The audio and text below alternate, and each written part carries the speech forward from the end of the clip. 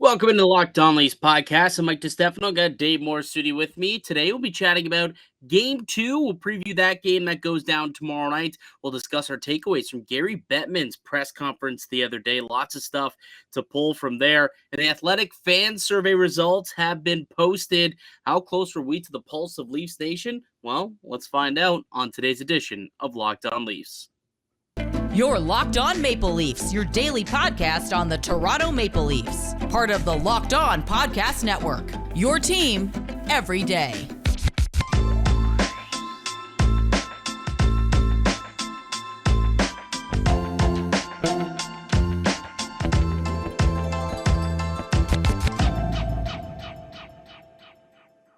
Hello and welcome to the Locked On Leafs podcast, your one-stop shop for all things Leafs. I'm your host, Mike DiStefano, from TSN 1050 Toronto Radio, also known as Al's brother on TSN's Overdrive and TSN 1050's Leafs Lunch. Joining me is my co-host, Dave Morassutti from Sportsnet, also writer for the NHLPA. Locked On Leafs is a daily Maple Leaf-centric podcast, so be sure to subscribe for free wherever you get your podcast from. You can also now catch us up on video on YouTube. Just check out Locked On Leafs. And today we're giving away our final clue, Dave. The final clue to the Name That Leaf Austin Matthews jersey giveaway. Make sure that you are subscribed, because if you answer the question and you're not subscribed to the YouTube channel, unfortunately, you are not eligible to win the jersey. So I'll let you guys know in just a little bit. A little later in the show, we'll let it breathe a little bit before we tell y'all the final clue. But if you want to know the first 4 clues, you're going to have to go back and listen to the podcast Monday, Tuesday, and Wednesday, and Thursday. Last clue coming later on in today's show.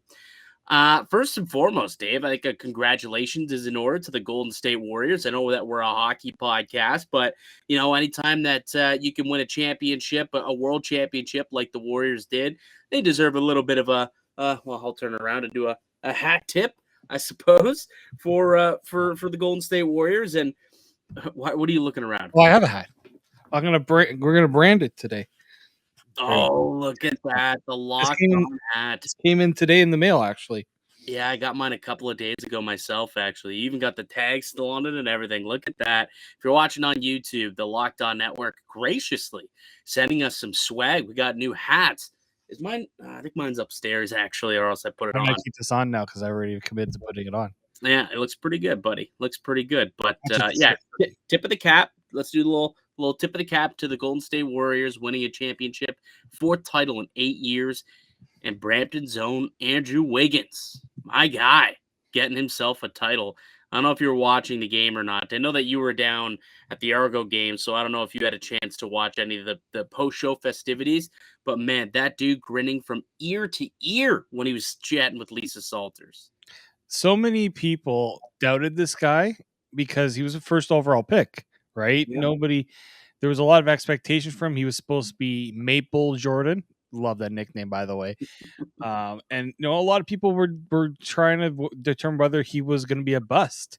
And I thought, other than Steph Curry, I think he was the Warriors' easily top 3 player for them in this series. He was, I think, their second best player. Yeah, I'd have to agree. I would have to agree.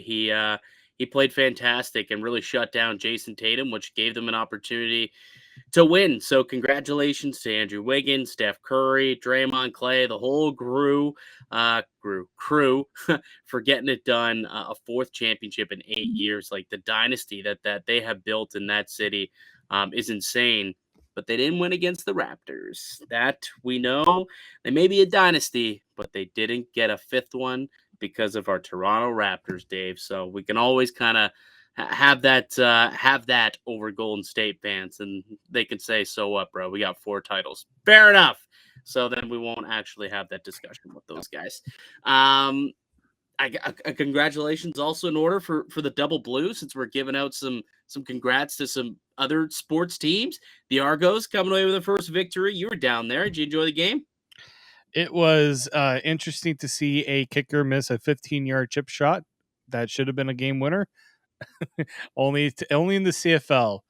Can I be honest, Dave? Can I be honest? You may have to explain exactly what happened, because there might be 3 people who actually watched that game who are listening to this podcast. First off, and you and I are 2 of them. if you watch this game, please comment because I want to know if there's actually. All right, let us know. Do we got some diehard Argo fans? Anyone rocking the double blue that listens to the Locked On Leafs? I mean, it wouldn't be that overly, people possible. The Toronto podcast. Well, I will say this: anybody that, especially the ones who are overseas in the CFL, the Canadian Football League, basically when a kicker misses a field goal, okay, and it doesn't get taken out of the end zone, like you score 1 point. But the problem is the Owls needed 2 points to tie. So obviously they needed the 3 points to win. The Rouge, as we call it in the CFL, was not going to be enough for them. So 15-yard field goal is usually just an easy chip shot for a lot of kickers in football. Doesn't matter what football it is. Any football, 15 yards, usually safe bet that it was going to be a good to go. I talked to the players at the game, and all the Argo players like, yeah, we were just preparing for the next, trying to go down and try to get a field goal ourselves because we knew we needed one. Yeah. Only to find out, like, the roar of the crowd when that field goal was missed. There weren't, I understand the CFL does not get to draw a lot of people. There weren't a lot of people at this game. They were loud because you could not believe that a guy would miss a 15-yard field goal. Yeah, I know. I was watching on TV and I saw the face of Kari Jones and then the face. I can't remember who the player was beside him because I only know like 4 actual members of the Alouettes. But whoever was beside him, legit jaw to the floor. He's like, no! It was like as if it was in slow motion. It was hilarious. That's probably enough CFL and non-hockey talk for today, Dave. We're 7 minutes in. I guarantee you there are people saying, can you get to the hockey already? Can you get to the Leafs? Can you get to this? Make it relax. It's okay. Make it relax, people. We're going to get there. We're going to get there. We are, because Gary Bettman did a State of the Union address the other day, and there's a lot to get into and chat about, kind of some takeaways from there. And then the Athletic fan survey, the Leaf survey that we did on this podcast last week. They compiled all the results from everybody. I think they had like 3,000 submissions or something like that from Leafs Nation. And the results are posted. So we're going to look through that and see how close were we to what Leafs Nation is thinking, or those who at least did the survey. So I think that'll be fun. So that's what we're going to get into today. Before we get any further, though, let me tell you guys all about betonline.net. It's your number one source for all your betting stats and sports info. Find all the latest sport developments, news, and odds, including this year's NBA Finals, the NHL Stanley Cup Finals, Major League Baseball, and, of course, all the latest fighting news from MMA and UFC to boxing. BetOnline is your continued source for all your sport wagering information, including live betting, esports, and more. Head to the website today or use your mobile device to learn more about the trends in action. BetOnline, it's where the game starts. Welcome back into Locked On Leafs podcast. I'm Mike DiStefano. Got Dave Morassutti with me. We're hosts here at Locked On Leafs. Make sure that you stick around, though, because we're not giving that final clue up just yet, but we will in the next 20 minutes or so at some point. Just going to randomly toss it in there, so make sure that you are continuing to listen to the pod so you can get that final clue. And then you're going to have to post it down below which player you think it is and have a chance to win yourself an Austin Matthews jersey. All right, Dave, before we get into the Leafs fan athletics survey results, why don't we talk a little bit about Gary Bettman's State of Union address? Because there's a lot of takeaways from it, as there is typically every year. Do you want to start with the good or do you want to start with the bad here, Dave? What do you want to start? Let's start with the bad. I like bad news first always. Okay, we'll start with the bad. The bad news is he's so attached to the Arizona Coyotes. So that's the bad news. They're sticking around for a very long time. No, the bad news is, and this, I don't know if this is good or bad. I guess we can be the judge of this. Maybe you can be. After initial discussions around the trade deadline or so at the GM meetings, there was supposed to be some lengthy deliberations of whether or not they would touch the LTIR rules. Turns out they're not going to. They're okay with teams doing what they do. They don't look at it as circumventing. They use it as using the cap to the best of their ability is how they're trying to get around calling it circumvention. So no change to the LTIR rules. What do you think of that? Are you okay with that? Are you okay with something we saw literally happened yesterday in where Shea Weber and his contract, which is going to be placed on LTIR, everybody knows it. He's never going to play a game again for the rest of his life, but he was traded from the Montreal Canadiens to the Vegas Golden Knights, literally just so that they have a player that they could toss on LTIR, which will expand their cap a little bit and help them out. Are you okay with these loopholes? I mean, the Leafs have gotten away with using these loopholes, so I don't know. We can, complain about them all we want, but I mean, the Leafs kind of were one of the first to do it. The I'm Leafs have done it. The Leafs do it. They do a terrific job when it comes to figuring out how they can, all the loopholes in the cap. They do a great job, but that doesn't mean that I'm on board and I agree with it. No, to I be think honest. it's silly. Well, it's one thing to do some of the stuff that they do, like paper. They do a lot of paper transactions on a daily basis, trying to accrue cap space and whatnot. But the stuff where guys are literally done hockey, like the fact that Chris Pronger got traded 3 years after he was out of the league, Datsuk's contract gets traded after he decides to go play in Russia, and now we see Shea Weber, the captain of the Montreal Canadiens, is now a member of the Vegas Golden Knights, and he's never going to even sniff a Vegas sweater. He's probably not going to sit on the tarmac of Las Vegas ever unless he's going to get inebriated for whatever reason. Like, it just, to me, that's the type of stuff. Like, once a guy's decided he's done and he's not going to play ever again, that's where I feel like you could at least make those changes. Like, just don't allow those trades to go down. And that's a way that guys are skirting around this LTIR situation and the cap situation, is because they're finding these loopholes, these contracts. We saw Ben Bishop do it the other day in Buffalo. Yep. They traded for Ben Bishop to get them up to the cap floor. We saw this happen, or even there's another player out there that Noodles was talking about today that potentially a team looking to get into LTIR to increase that cap. Oscar Klefbom is a player that could be had if somebody wants to go down that route. It's got its pros and cons, obviously, but I just think it's a loophole that could easily be closed. Like, if you haven't played hockey and don't plan on playing hockey in 12 to 24 months, you should not be able to be traded. It should be pretty simple. I personally think that if the player isn't able to play, he probably shouldn't be traded. There's got to be some sort of rule there. Like, we've seen teams. This is the funny thing about the salary cap, because we keep hearing people say, the league will never do a luxury tax. Some teams have been doing their own version of a luxury tax. Look at what the Tampa Bay Lightning did when they won. What was it? The year that Kucherov was out? Yeah, they were like 17 million over the cap. That was not a cap compliant team. So stop with this idea that the salary cap, it's a hard cap. We want parity.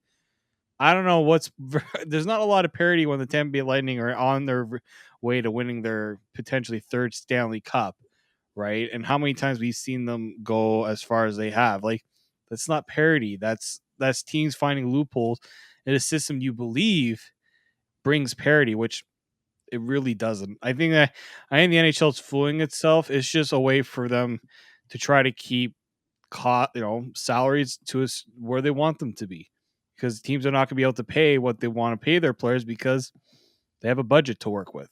It's right. really what it is.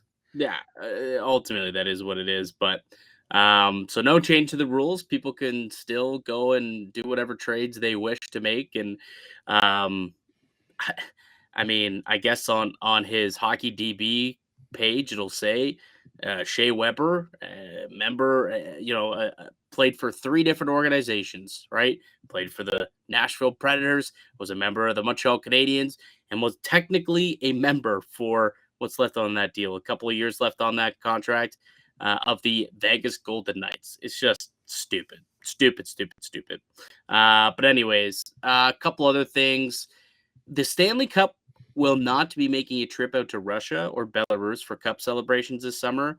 Not surprised at all, to be honest. But there's a lot. Like, I was looking at the roster on both sides. There's a lot of Russians on. I mean, we know there's a whole, you got Kucherov, you got Sergachev, you got Vasilevsky, you've got a bunch on Tampa, but I mean, there's a couple over on Colorado too. So no matter what, no cup visits to Russia. I thought that was quite notable. Now let's get to the good news, Dave, the good stuff.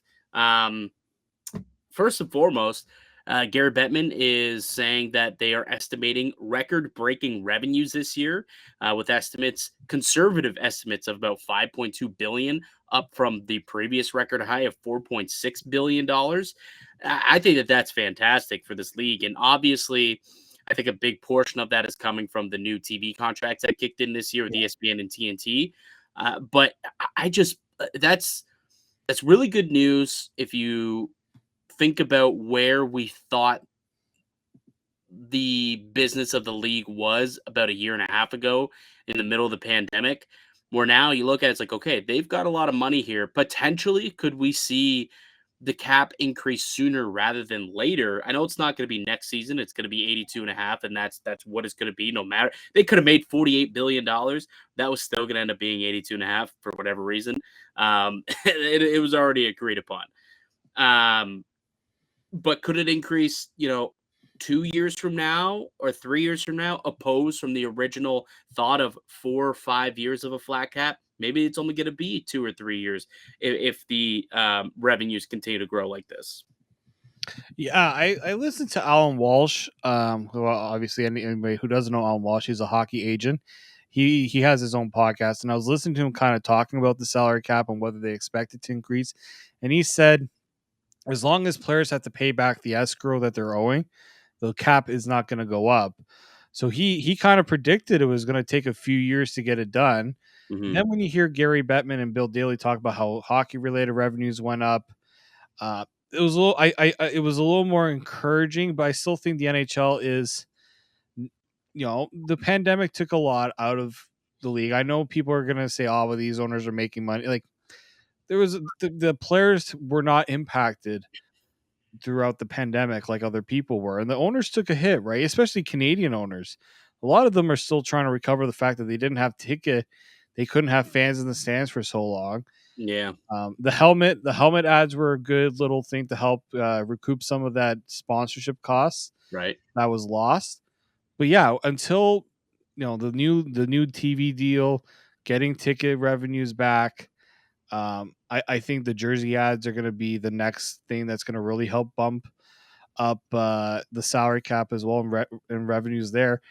The league is still in a bit of a recovery, right? They say they made a profit this year, but think about how much they lost in the years before. And I know we're talking about billions of dollars here, and people are like, crying poor for the league. I'm not crying poor for the league. I'm just realizing the realities. Yeah, like the reality of what the owners deem as, we have to see growth in order for us to pay the players more. We have to see more of that money coming back to us so we can. It's a business. They got to make money.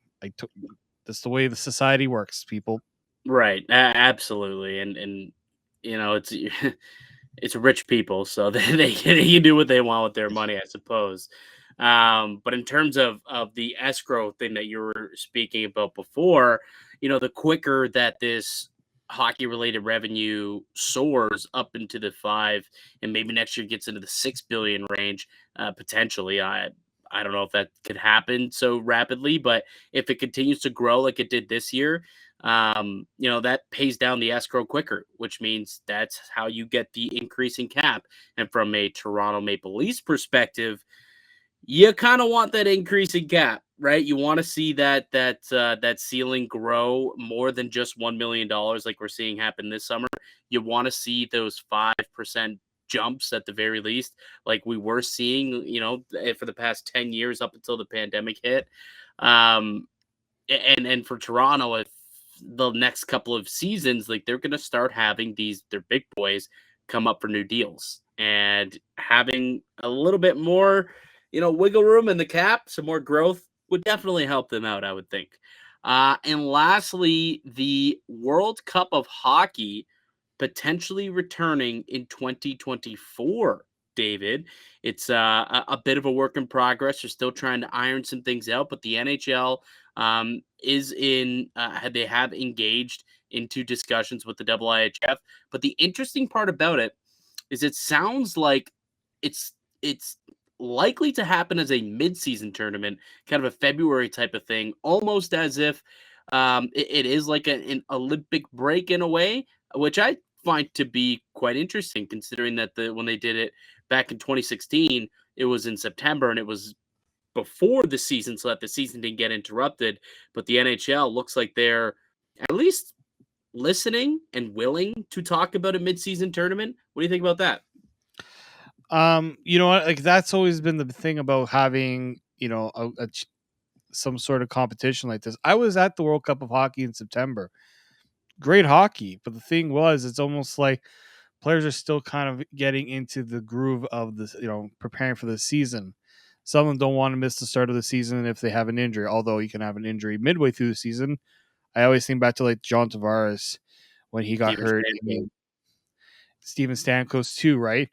Like I think back to those moments and I'm just like, I can see why there's a bit of hesitancy to have a tournament like this. But you think of the World Cup, like just the World Cup soccer, that how much that has grown the game, right? Not just worldwide, but even in these local areas, because you see players from different leagues, kind of get the bump. The thing about the World Cup of Hockey, though, it only really highlights the NHL talent more than it does out elsewhere. So I just think, though, the players have been very upset about not being at the Olympics all these years. The owners have to give them something.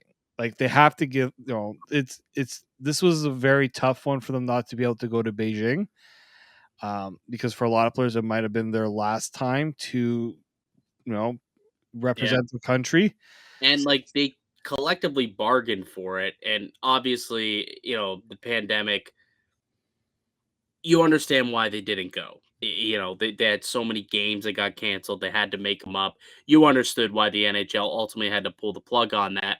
I think they did operate in good faith. But to your point, these guys want a best on best tournament.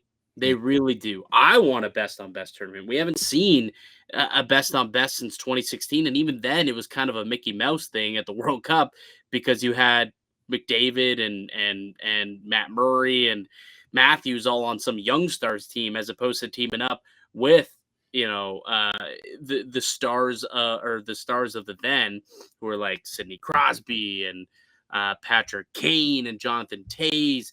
We didn't see all of them on one team on one country, and I hope that's not the case this upcoming season as well for 2024. I really hope that they're like, no, we're just going to do Canada and US. If they want to do like a Canada B or something or a US B, sure, but like don't want to see a young stars. I want to see all of the greats play together on one team. I really just want to see a best on best tournament at the end of the day. And it sounds like they're inching close to making that finalized in 2024. And it's going to be a mid-season tournament. I think that'll be pretty cool, Dave.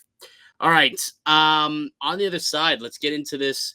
The Athletic article, the fan survey results that we did the survey about a week ago on this show. Now let's hear what everybody else had to say. So we'll get to that and the final clue coming up in the Name That Leafs jersey giveaway. It's coming up on the other side. Listen to Locked On Leafs, part of the Locked On Podcast Network. All right, welcome back into the Locked On Leafs podcast. I'm Mike DiStefano with Dave Morassutti. We are your hosts here at Locked On Leafs, and the time is now, David. The time is now to give away the final clue in the Name That Leaf giveaway. We've already given you the first four. You're going to have to go back and listen to the podcast Monday through Thursday to find out what those four are if you can't get it off of this last clue. But here is your clue for today, the final clue of the giveaway. This former Leaf was the last homegrown, drafted, and developed goaltender that the Leafs had made into a starter. He is the last homegrown, drafted, and developed goaltender that the Leafs made into a starter.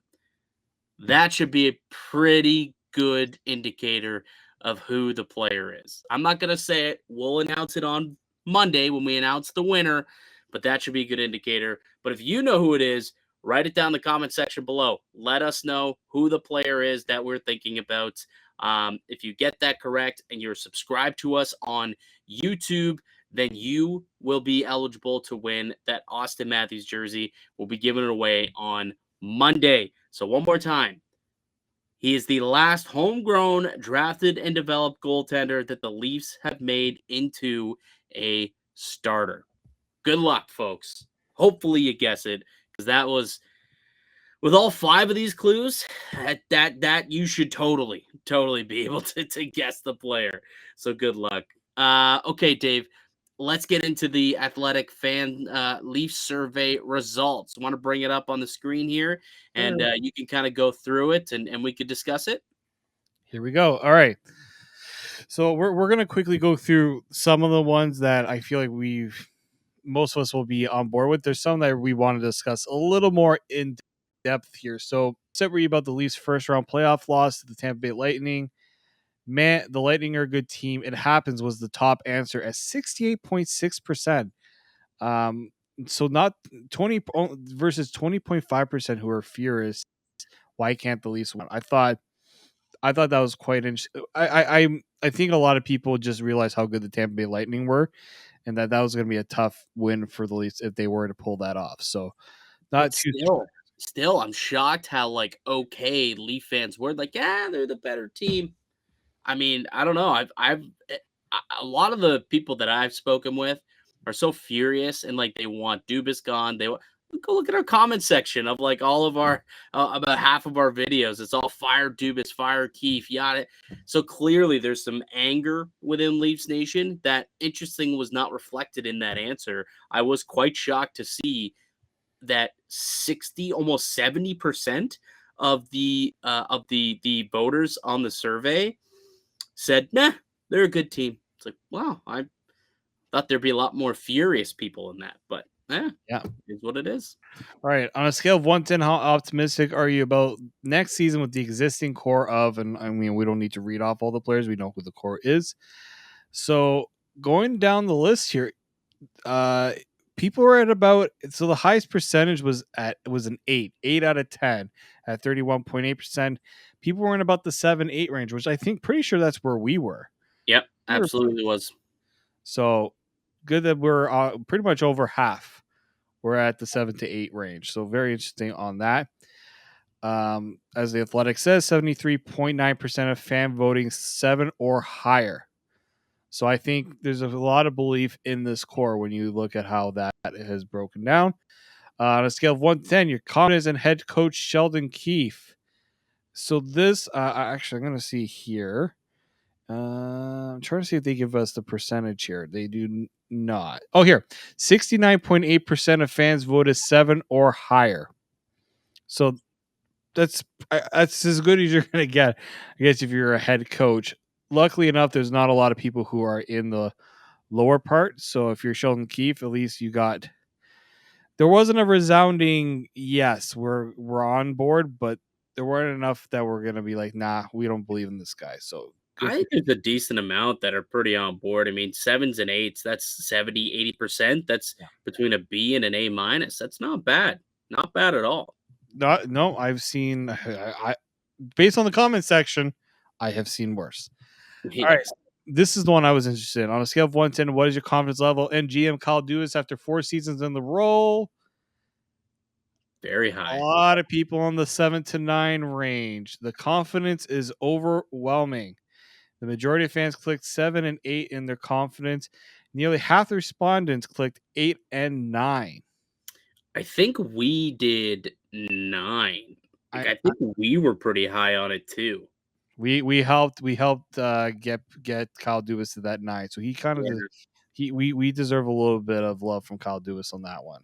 Yeah, which again, he's a polarizing figure within Leafs Nation because you got your haters who really think that this guy needs to go, and then you've got people who are so on board who believe that he's done a really good job with the hand that he was dealt, or I guess he put himself in a bit of a tricky situation when he gave all those big 4 contracts out. But since doing that, he's been able to maneuver around the cap and massage around the edges and put together a pretty good product. And he just consistently keeps plugging all the holes that seem to pop up with this team. And we'll see. He's got a big hole to plug if Jack Campbell leaves to find another goaltender. But based on what he's been able to do the last few years, I think he'll be able to do it, which is why ultimately we gave him a 9 because he's plugging holes left, right, and center with this club. Yeah, no, that's for sure. All right, let's go down to will the Leafs win a playoff round in 2023? 8.4% say yes.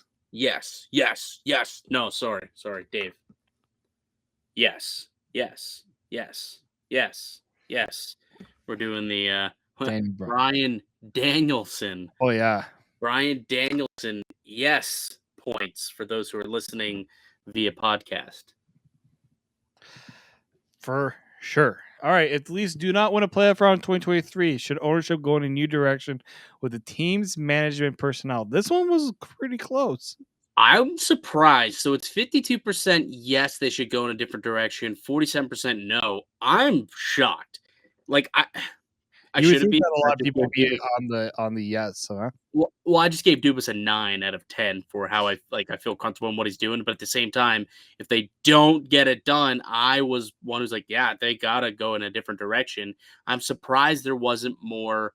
What was sorry, what was the yes meaning? What was the question exactly? If Should the Leafs ownership go do in a new not direction? right. So I thought there'd be way more yeses in this, but it's almost 50-50. Yeah, it's as close to 50-50 as you're going to get. 52.2% said yes. That's not a resounding amount of people saying yes. Like you say, oh, more than half, but it's like that's not a resounding amount of yes. There are some people I think who people still believe in this management group, even if they do lose, which is quite interesting. I find that's probably one of the more interesting ones from what I'm reading. On a scale of 1 to 10, what's your confidence in Leaf scouting staff? Better be high. It's Yeah, 7-8. it's 7-8. about 7-8. I was trying to see if they gave a percentage. They didn't for this one, but yeah, 7-8 were the top answers. This is like Family Feud. 7-8 were the top answers on the board. All right, what's the biggest obstacle between the Leafs and a Stanley Cup? And a lot of people are saying the Atlantic Division and the NHL's playoff format at 37.5%. Funny enough, 25.7% believe it's goaltending. 18.4% say this is real, and you know it. Pretty sure I was on. You were on the division. No, I was on forwards. You were You're on the division. I was on the forwards. I jokingly said the curse is real, but then I think we landed on the division one. We were kind of both on The opposite. forwards was the problem. Oh, the depth scoring because you Yeah. said they didn't get any depth They scoring. just didn't get enough from their forwards. Outside of their they just didn't get enough. But apparently, I was among the minority with that answer. But then, I think most people believe that the Atlantic Division is a pain in the rear for a lot of teams. Coaching only 2.3%, which I find to be 4% for management. Yeah. So the blame is really on the division and the goaltending. Poor Jack Campbell, man. Buy a break. I wonder if it's almost like people took that in a different way, though. Like goaltending, as in Andrei Vasilevsky. Like, what's the problem? Well, Andrei Vasilevsky is a problem. Like, goaltending around the league is difficult. And now you got Igor Shesterkin, also potentially that you're going to have to play at some point. Spencer Knight is in the division now. You know, potentially some people took it that way, as in, you know, they didn't blame Jack Campbell, but there are just other goaltenders out there who can steal games and steal series. Yeah. No, this is true. No, this is very true. All right. How would you describe your level of satisfaction as a Leafs fan right now? It's funny. I'm not trying to think about them too much. I will be back. 37.2%. Optimistic was second at 30.3%. Resigned at 25.3%. Unfortunately, not many people are happy. 4.9%. Oof. For a team that just won 115-point season, a guy scored 60 goals for the first time in franchise history, and no one's happy because they couldn't get out of the first round for a 6th straight year. None of that matters if they don't win in the playoffs, Dave. Regular season don't mean squat, my friend. And the proof's in the pudding. As Italians say, non è niente, non l'ha fatta niente. Sure. Mike's just like, sure. All right. Yeah, Italians, we're never satisfied. That's how it is. Who is your favorite member of the Leafs' current team? No shocking here. No shock here. Austin Matthews, 61.4%. Yeah. Mitch Marner, second at 12.8. Morgan Riley at 10.6. Yeah. That makes surprised. sense. Not too surprised. More people. It's funny. Michael Bunting and John Tavares tied at 2.3%. Yeah, it doesn't surprise me. No, it shouldn't really surprise anyone to see. Well, you're only given one player, so it's most people pick Matthews and Marner, and yet a couple, people go with the others. All right, we'll speed through a couple of these here. Austin Matthews, already the greatest Leaf of all time. No, but he could be soon. Was the winner at 59.2%. Agreed. That's what we had as well. We are going to go down. Who's the most underrated Leaf on the current roster? We were correct with this one at TJ Brody, 29.9%.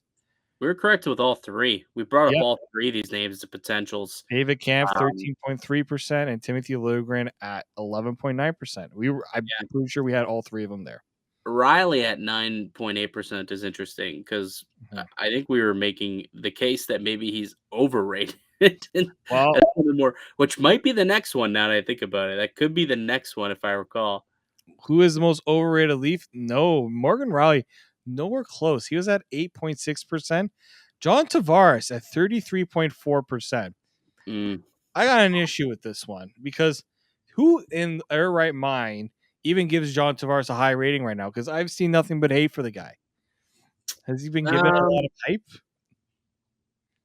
Is he overrated? Like in terms of, do people people have been bashing this guy for a year? Yeah, but he makes $11 million. Yeah. Was he ever worth $11 million? Was he ever worth $11 million? Ever worth it? I mean, when he was first here. I mean, there's only like 4 or 5 guys that make more than $11 million. Yeah, like was he ever a top 5 player in the league? No. So I think like when you look at it compared to what he's being paid, yeah, he's overrated. Makes sense to me. Yeah, because you're comparing him with the likes of like an Erik Karlsson, Drew Doughty, Anze Kopitar. Like those are the guys who are making what?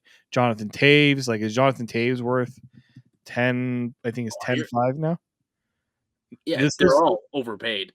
Every single one of those players you just mentioned are vastly overpaid. All right. But yeah, I'm not surprised by that. Should the Leafs re-sign Jack Campbell? The top answer was yes, but only on a short-term deal with a higher AAV at 41.5%. Yes, on a longer-term deal with a lower average annual value at 33.5% of the answers went to that one. And no was 25%. So I would say 3/4 of the fan base want Jack Campbell back, but more would prefer on a shorter-term deal with a higher AAV. I'm a little surprised that people are. I understand you don't want to be giving out a long-term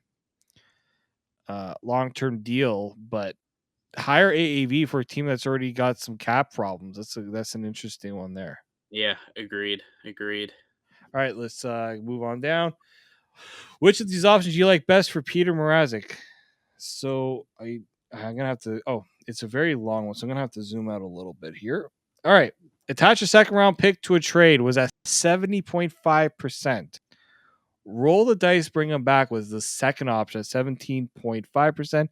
Not many people want to see the buyout option at 12%.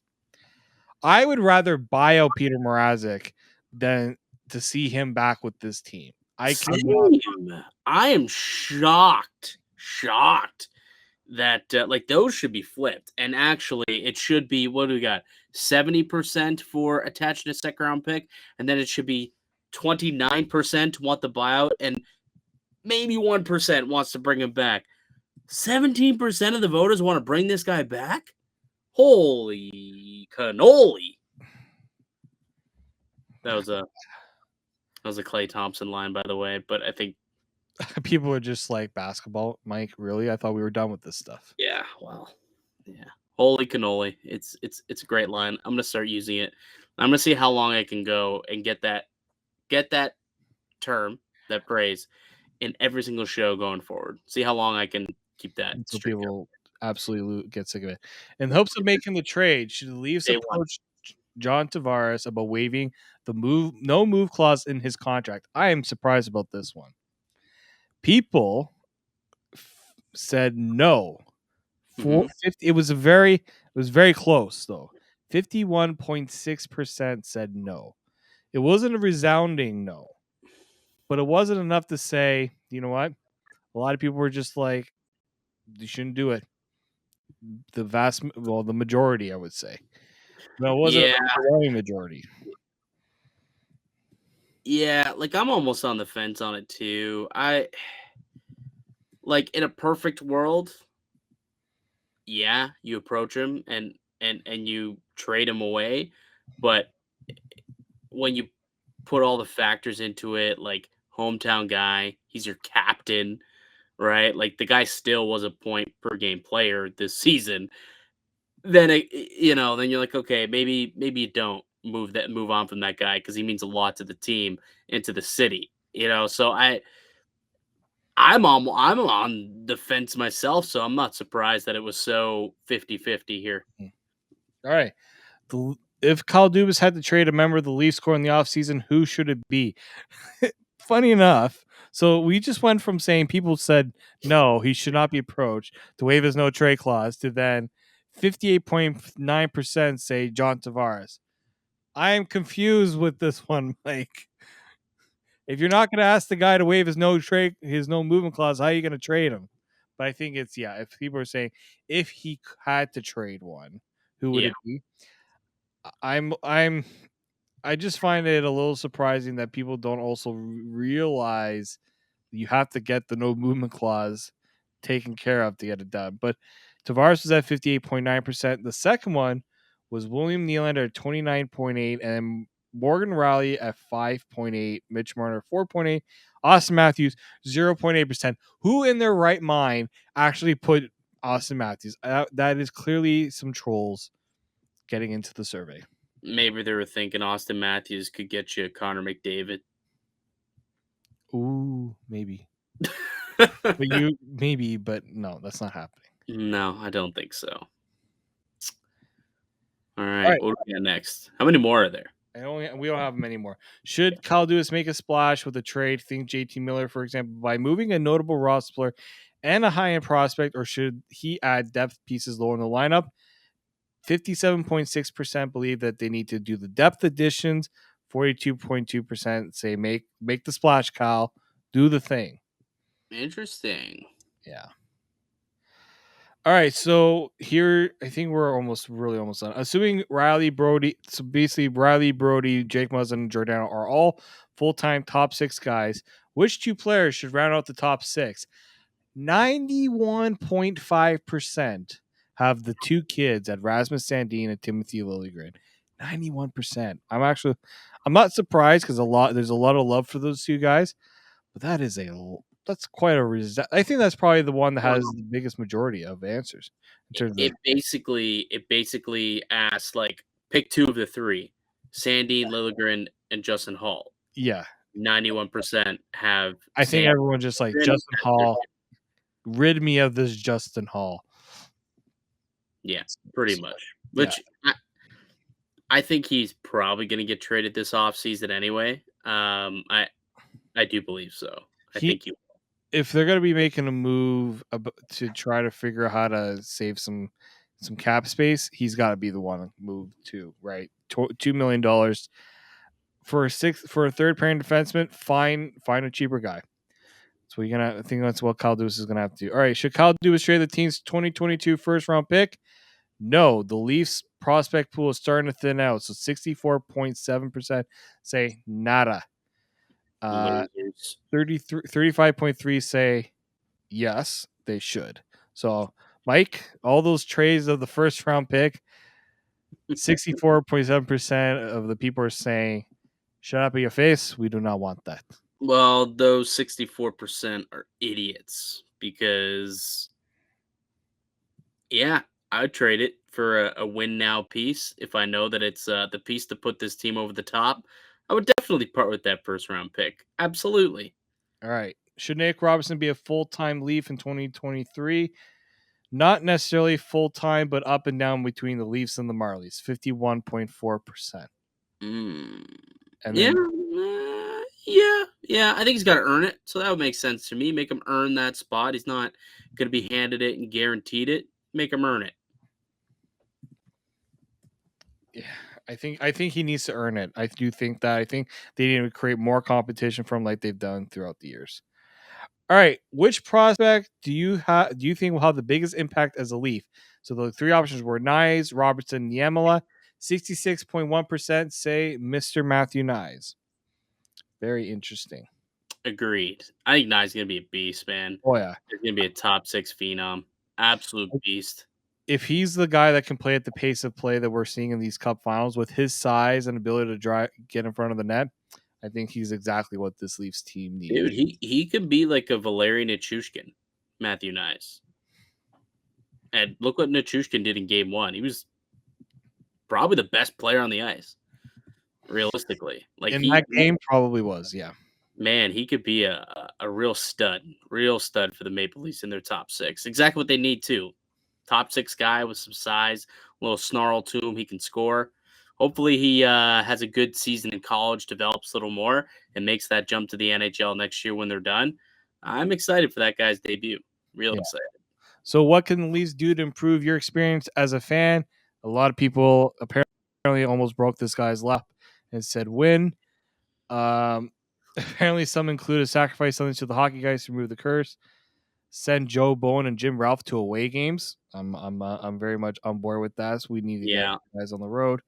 Although I often that's when I really get to see Bonesy and Ralphie is when they for road games. If I happen to be in studio and they kind of roll in before the games, that's when I get to see those guys. Before I didn't because they were always on the road, and with the pandemic, they've been they weren't traveling, so I got a chance to look to see them. So selfishly, I don't mind them being in studio for away games because I get to see them and say hello. Love talking to Bonesy and Ralphie. Somebody wrote beer prices that don't make you take out a second mortgage on your house. Cosign. Whoever said that one, cosign that one for sure. And then people were asking what type of coverage you want to see more of at the Athletic. More behind the scenes pieces that showcase who the player are as people. I will say this, it's a little hard to do that when you do not have the access. Yeah. But I think that's something you'll see more once things open up. I think next year things will open up and it'll be a little bit more it's already starting to. It's already starting to be a little bit more open with the media and with the public and with players. So after a whole summer, I would imagine that we'll hopefully get back to the pre-pandemic type of coverage or type of access for reporters to get with coverage. And then maybe we can get some guys on the pod, get in there and chat with them and bring some Leafs onto the Locked On Leafs podcast. Like that'd be fun too. We gotta also find some former Leafs to join us as well. Yeah, we gotta get Corrado on. My guy Frankie.